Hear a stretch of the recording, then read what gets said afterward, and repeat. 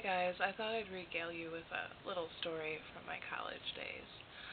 Um, One night I'm sitting up in my room. We were in overflow housing because we were 21 and over, so we didn't have any resident advisors, no security guard that worked for the school, so that if we came in drunk, they'd send us to the hospital and have our stomach pumped. None of that.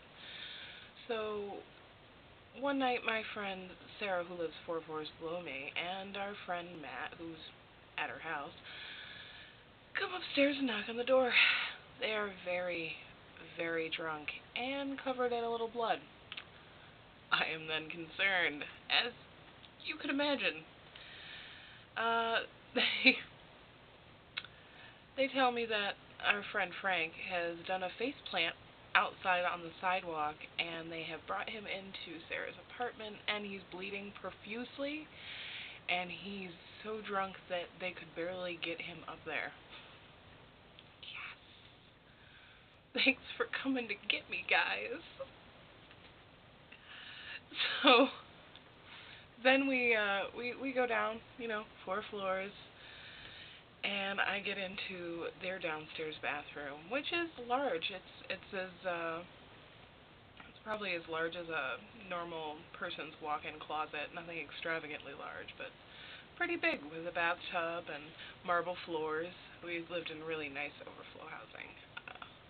I'd like to trash up the place a little. I'm not a marble floors kind of girl. That's not really my element. Uh, right now it looks like it. Anyway, moving on.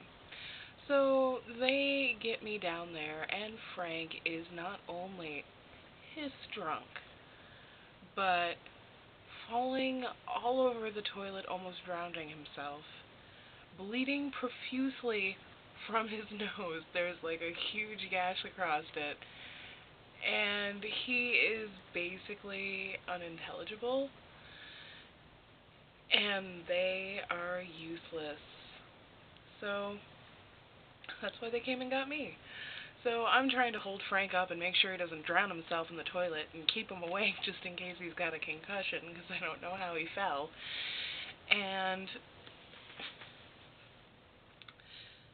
Sarah and Matt are behind me on the bathtub. No fucking lie. Making out.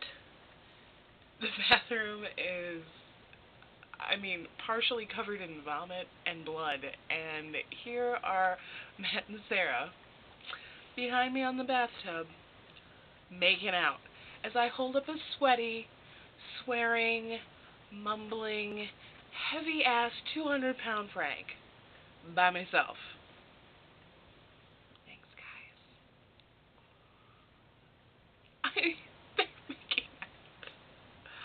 This is my life.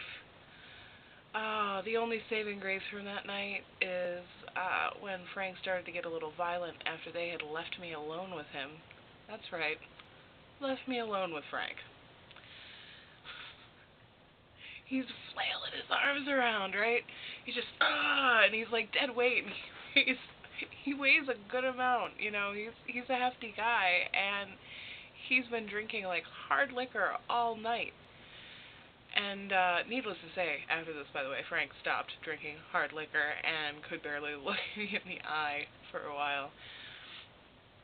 But Frank's flailing around. Anyway, back on topic. Frank's flailing around, and his arms are heavy, so this is getting dangerous for me. He's not a small guy. And so I grab his arm, I just grab it. I'm like, all right, Frank, we're not going to deal with this anymore, Frank's like, oh, he's trying to, get away, but none of his muscles work because he's that drunk. And he's just flailing around, and I'm like, Frank, we're not going to do this. And he's like, oh, he throws his arm again. I grab his arm, and I want to hear a ma'am, yes, ma'am. We're going to cut this nonsense out because I'm just trying to help you. Ma'am, yes, ma'am. I want to hear it. Right? Very, very drunk Frank kind of turns his head towards me. His eyes are almost completely shut and goes, well, yes, ma'am.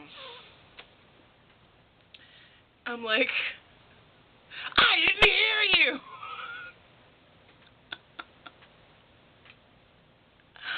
Well, yes, ma'am. So So, at least there was that. So, if you have friends and you are too drunk to take care of them, be nice enough not to make out while somebody's trying to help you. That's my story for the day. I hope you guys are having a good New Year.